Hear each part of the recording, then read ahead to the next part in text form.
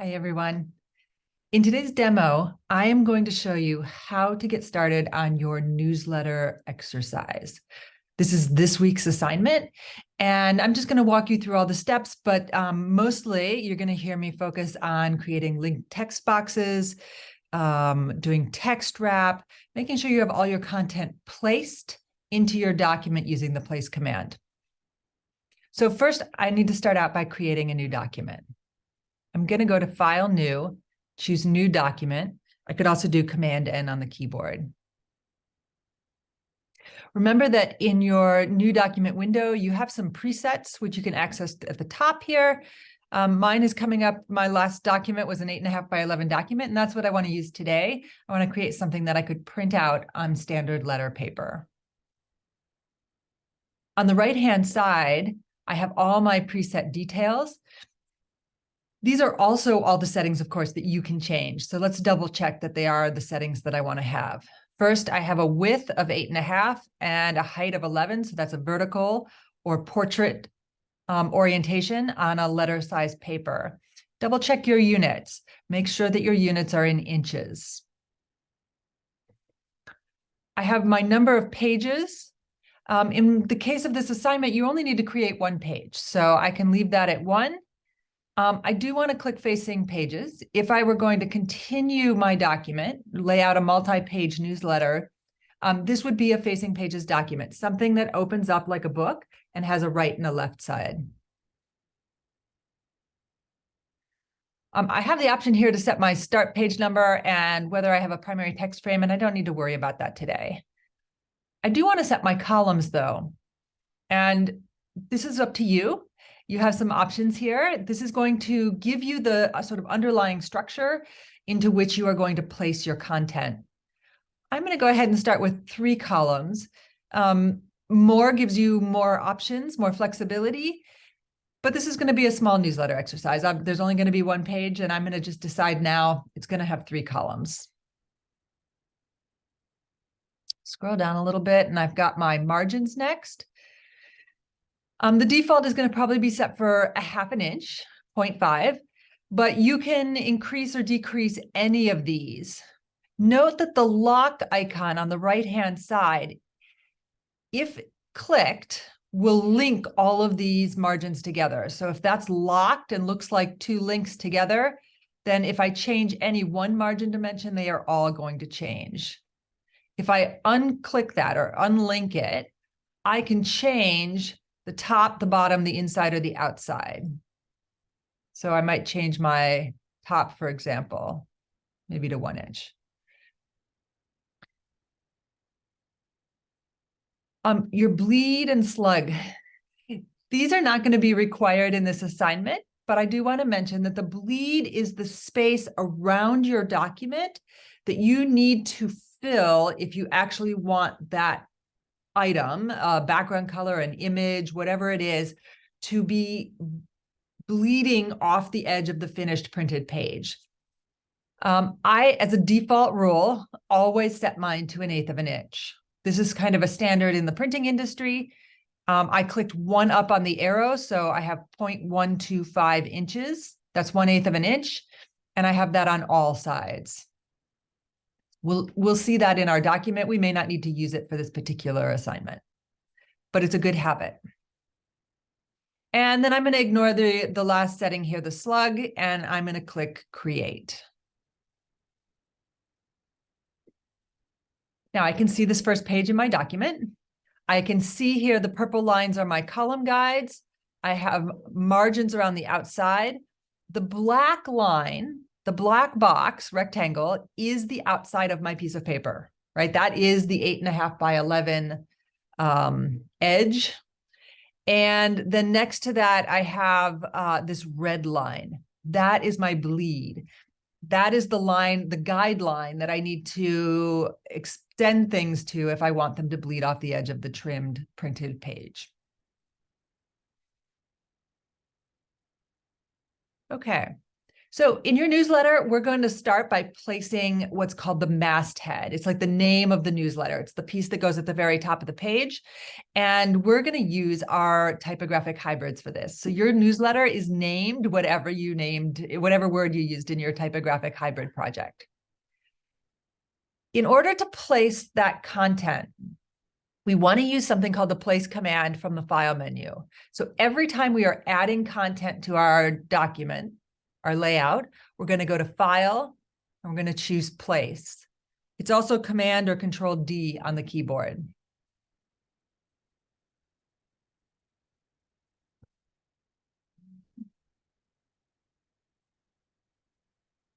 All right.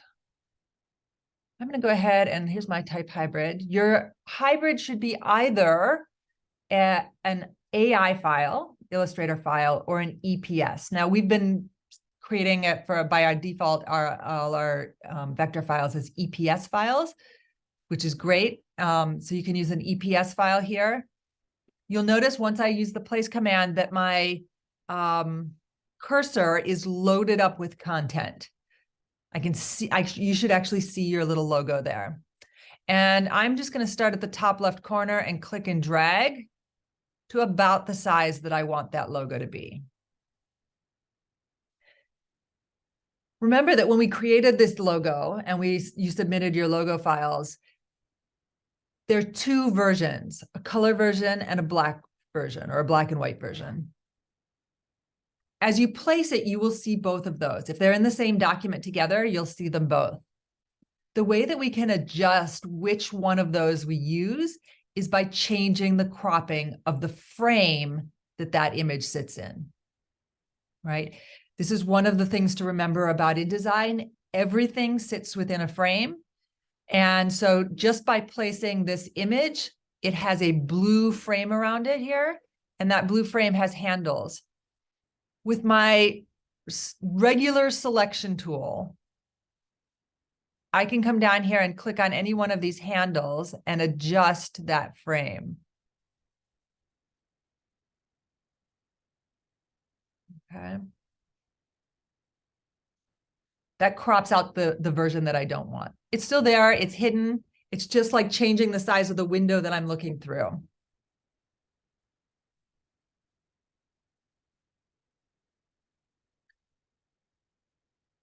Okay, if after you place it, you decide that you want to change the size of this,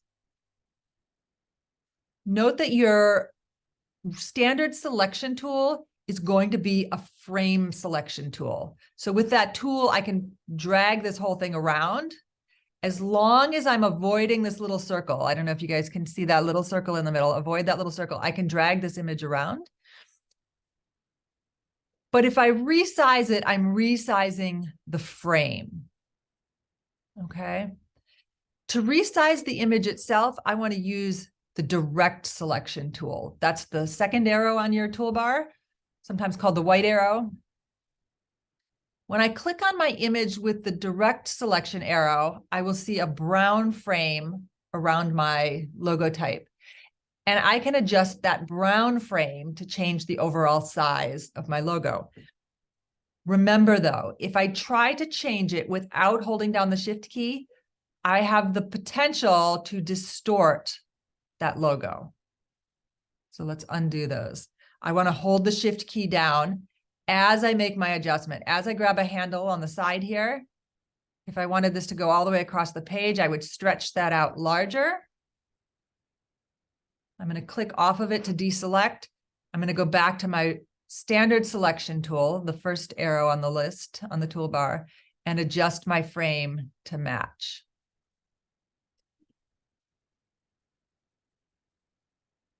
Okay, so white arrow adjusts the size of the content. The black arrow adjusts the frame. Quick shortcut though. If you hold down on the Mac, the Command, the Option, and the Shift all at one time and adjust, you can adjust both the frame and the content. Oops.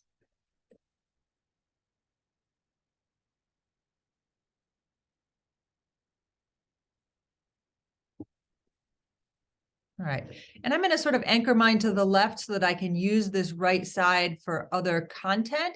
The masthead of your newsletter should have a couple of things. It's going to have your logo type.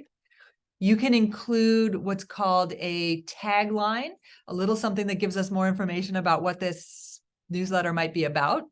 I imagine this newsletter might be something about pop culture.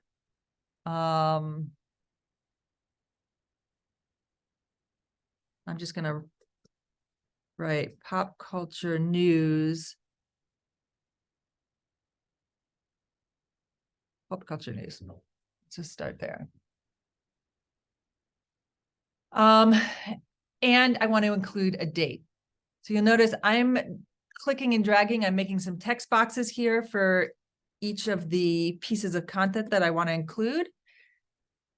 I have first my logo type. I've just created a text box that says pop culture news and a separate one with my date, which gives me the ability to sort of move these around and play with them independent of each other.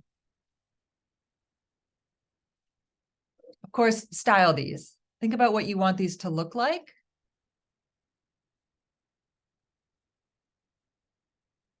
I'm going to choose Gil Sans. We'll go for bold for pop culture news. Because I want to keep my font simple, right? You'll remember from the other lessons that we don't want to use many different fonts. We want to keep things in the same family or looks for things that have sort of visual relationships.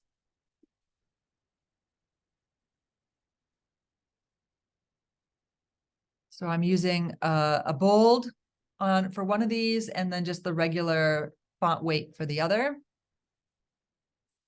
And let's anchor these in a nice wide line.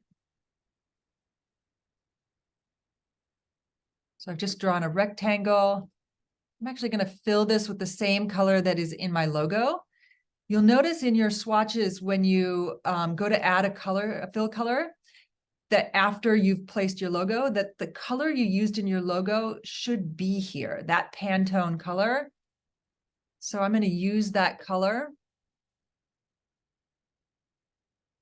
I'm going to double check my layers here because I really want that rectangle to be behind my type. So I'm going to drag it to the bottom. Oops. Of course, my type is still pretty hard to read. It's black on top of this green box. So let's change that to white. In InDesign, you'll notice that there is no swatch labeled white. It's labeled paper because really what it's always going to do is reveal the paper underneath. Does not assume that you're going to have a white ink.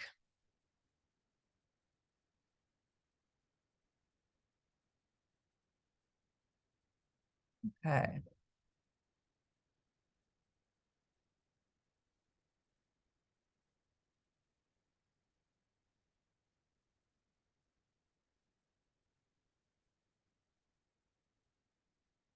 All right, so this might be the top of my newsletter. Be creative. You can do anything you want with your logo type. Just include all of that information right at the top. This is what would be consistent from month to month if this were, say, a monthly newsletter.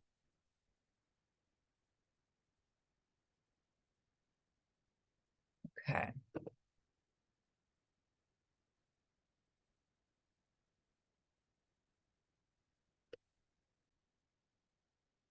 Our next step is to place our text content. Many times when you're working on design publications, you are not actually creating the text. Somebody's going to be giving you the text. And so in this case, I've given you an article in your Blackboard assignment.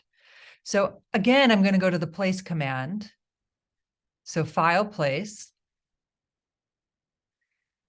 And I'm going to find, let's see, we'll go to my newsletter folder, find our text.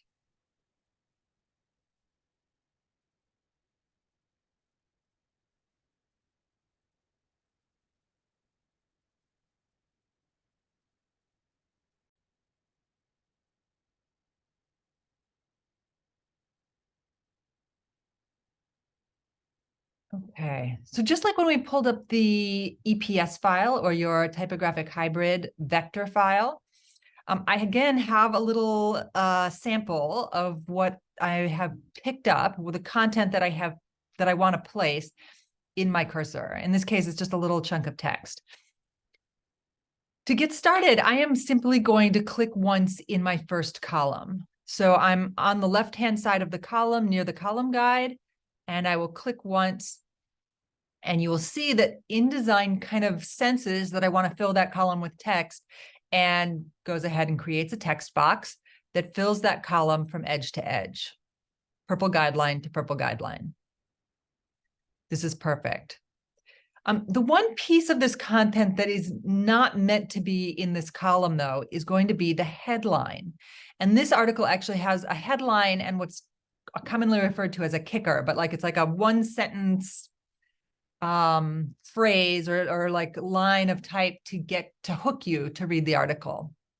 And so that's what I'm seeing here at the top of my column. I want to take that out of the column because I don't want it to be confined to that width. So I'm going to double click on my text box, highlight the text that I want to move, and use Edit, Cut, or Command or Control X. And I'm going to click and drag to create a new text box where that headline might go. So right across the top of my page. And I will use Edit, Paste to put that content there. All right, so I'll go back to my main article here. I'm going to just get rid of this extra return or two that I have at the top.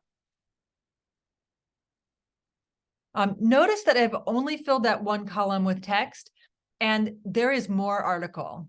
I know that there's more article because down near the bottom of this column, I see this little red square with a plus sign in it. If I take my selection arrow and I come down here and I click on that plus sign, I will essentially like pick up or grab the remaining text, and I can come up to the top of the next column, click once, oops, not on that box, click once in that column to place that content. And again, InDesign assumes I want to fill that column down to the bottom, down to my margin at the bottom of the page. And it goes ahead and does that. I have another plus sign here. I'm going to click on it again. Come over to the third column, click once to place that content. All right. Now, I still have a red plus sign. There is more article text. Don't worry about it. Leave it out. We're just, for this exercise, doing one page. All right, now to make this understandable, to sort of define the hierarchy, to tell people where the headline is, where the subhead or kicker is, which is the byline, which is the start of the article, I need to actually do some text styling. And so I'm going to start here.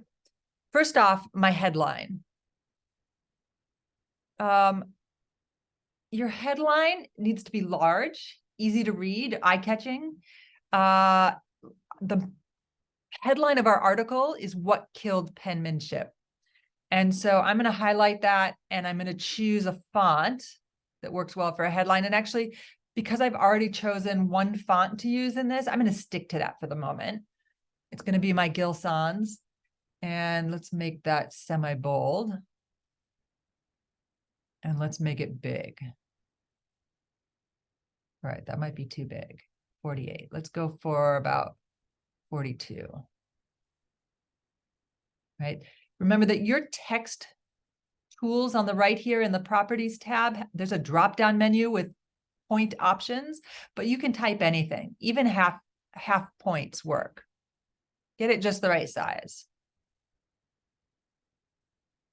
And then my next line, this kicker that's underneath the title, will also be in that same font, my headline font. Probably semi-bold, but much smaller.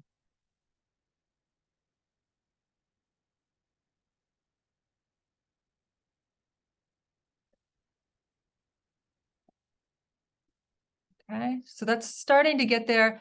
I do feel like my kicker is a little close to the headline here. In fact, it's even overlapping a bit on the P.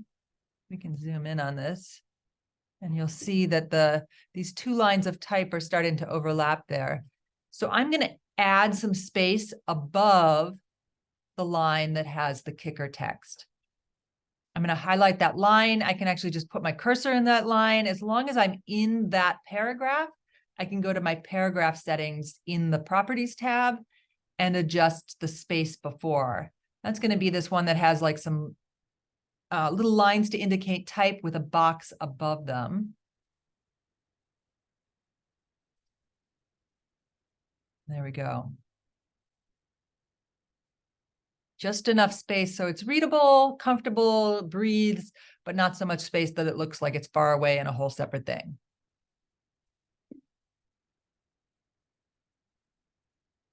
All right, now on the main content, the bulk of this article, I want to do a little styling to this as well.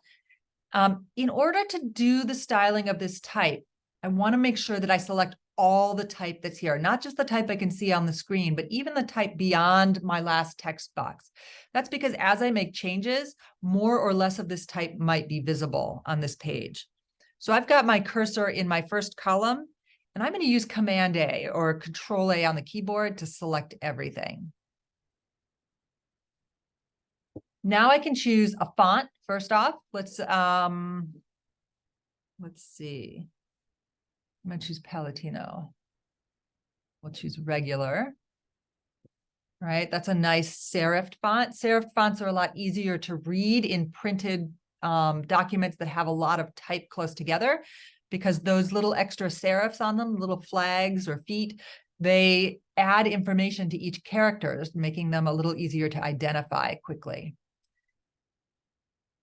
I'm going to change the size. Default in InDesign is 12 points, which is kind of on the large side. I would say something around 10, 10 and a half. And you may wear maybe from 9 to 11, depending on your publication and your audience.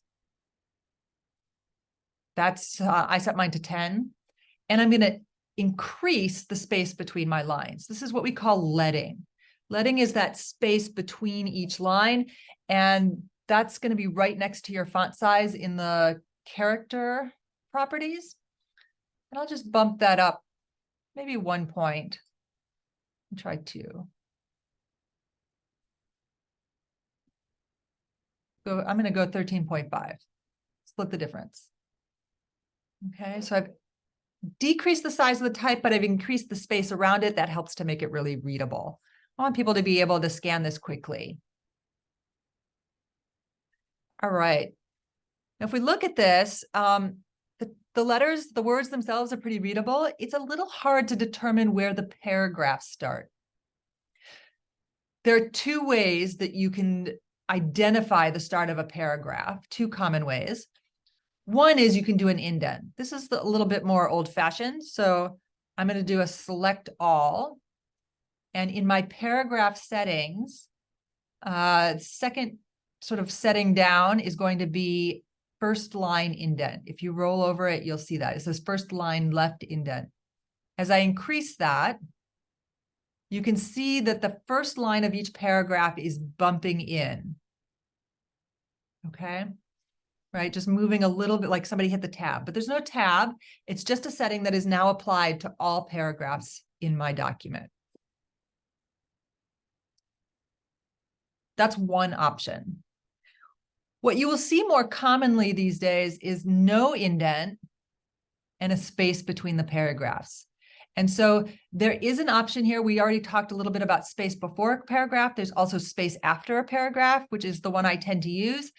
Pick one, stick with it. Don't, there's no need to switch back and forth. I'm going to add a little space after my paragraphs. This is 1/8 of an inch. It's not a full return, right? Commonly when people are typing in word processors, they hit an extra return between the paragraphs to add a little extra space. A full return is really big. So I don't want like a whole line of type worth of space. Just want a little bit of space. Okay. Other things I can do at this point, I want to set apart the byline. So this is the author's name. It's right at the very top of the first column. It says by Isabella Paletto. And I'm just going to make that a little bit different so it stands out by making it italic.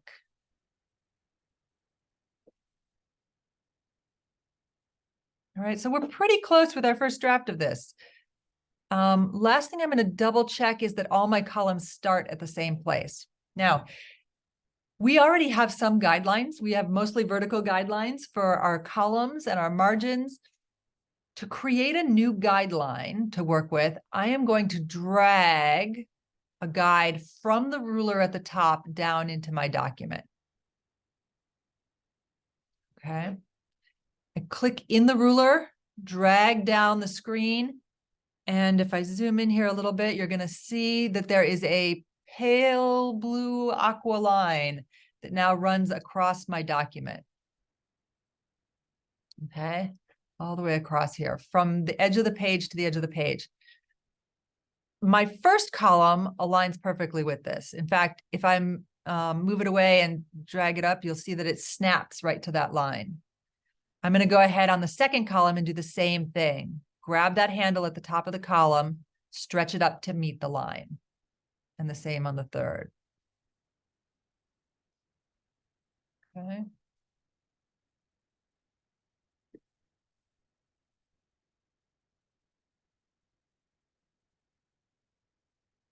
All right.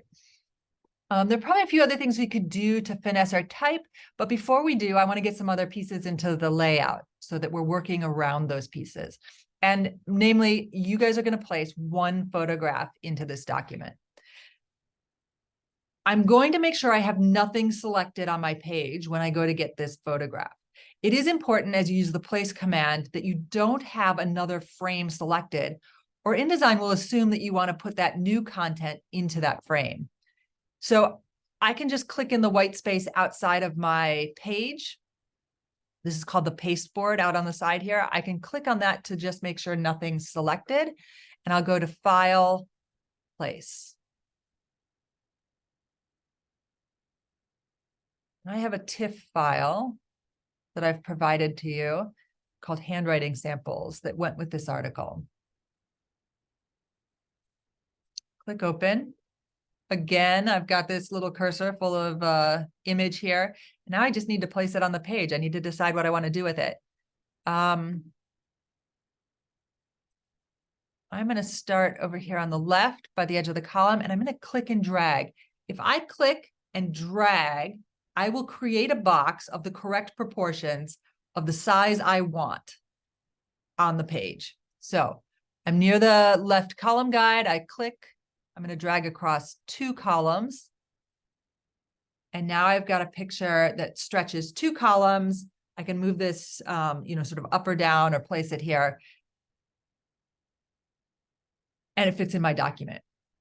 Let me undo that for a minute. If you simply click once, you are going to get the full size of whatever InDesign, whatever the dimensions of the file are in your Photoshop file placed into this InDesign file. It's less useful. This sometimes, especially if it, you have lots and lots of pixels, you are going to end up with something that stretches way beyond the edge of your document. So I like to use click and drag whenever possible, just to get it to the exact size I want.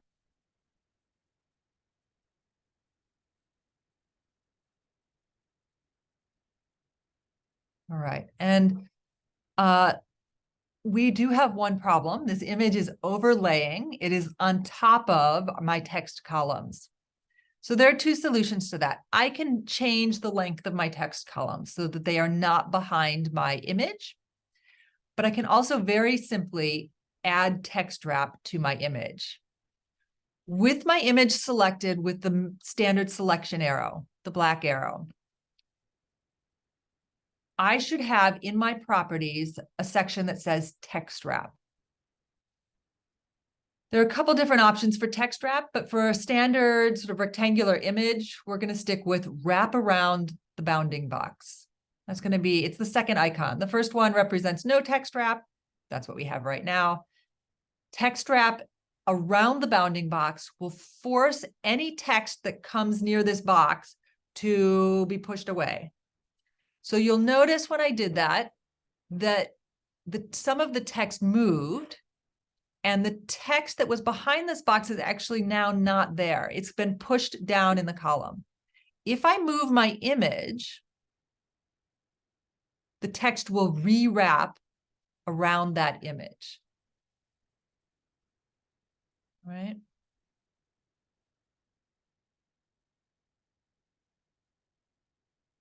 In the text wrap properties, you do have the option to set the offset. How far away do you want to keep clear? What kind of margin do you want around this image? And so I will bump that up a little bit because I do want a little bit of margin. I don't want the text to come right up to the very edge of the photograph.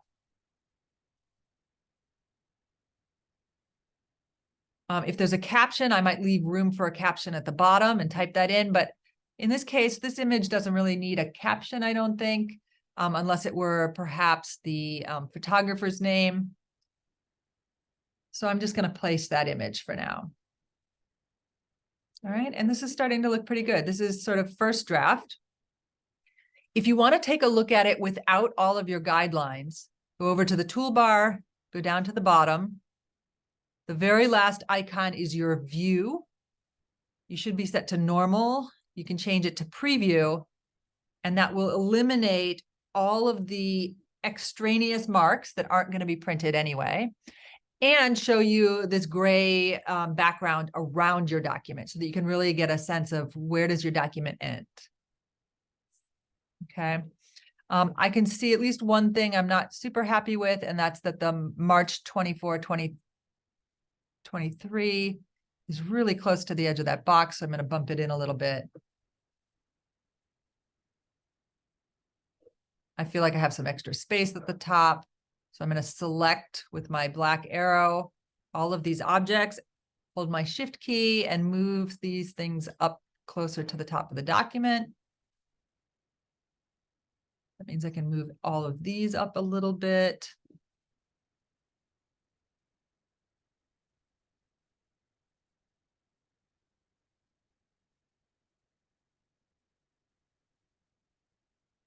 Let's just move the headline up. Oops.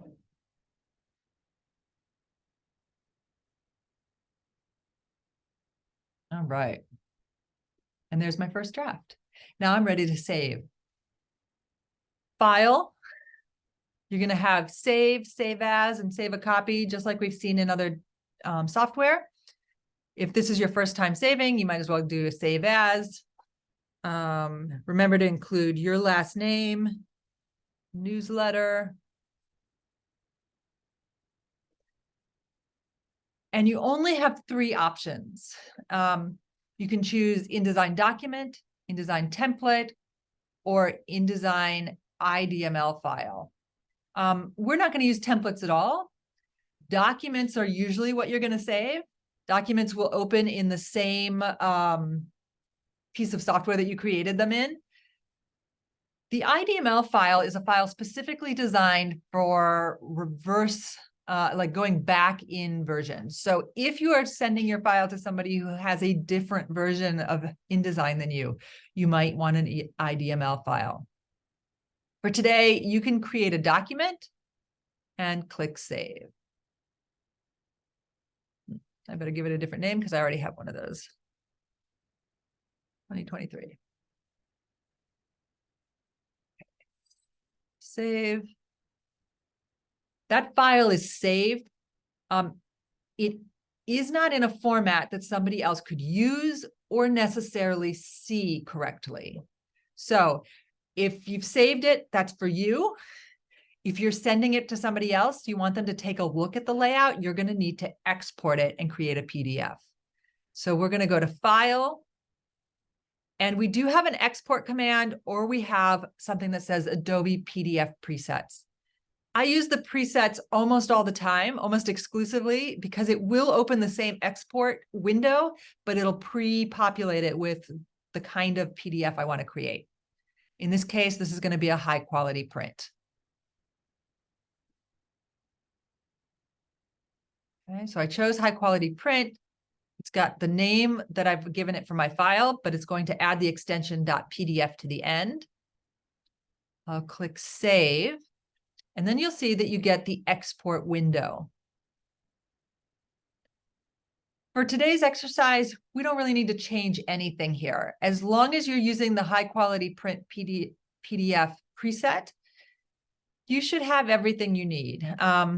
We're going to export all pages. We only have one. That's perfect. Click export. You will get a warning.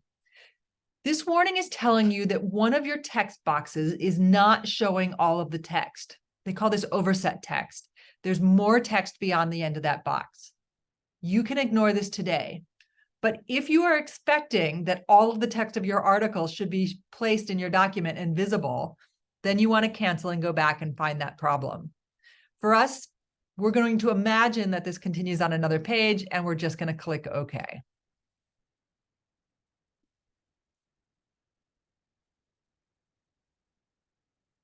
All right. That's all there is to it. Once you have done that, you have completed part 1 of this week's exercise. A quick note about part 2. When you scroll down in the exercise, you'll see on the assignment page, you'll see that there is a part 2 that is about refining your layout. Read a little bit about refining the type and some of the options and what to be looking for in your layout. I'll point out just one thing right off the bat. You have at least one little subhead in here that is going to be visible on this first page of the article. This is the single line. It looks like, oh, there's a paragraph here, but it's not even a sentence. That's because it's meant to be a subhead that gets people's attention. It says, trying to find an excuse to write. I'm going to change that in some way. I can make it bold.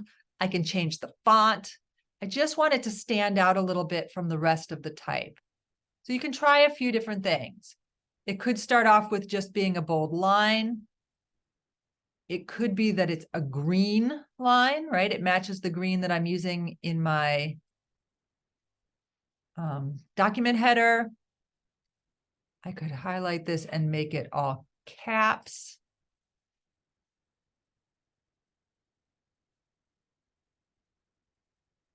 Do a return so it all fits nicely.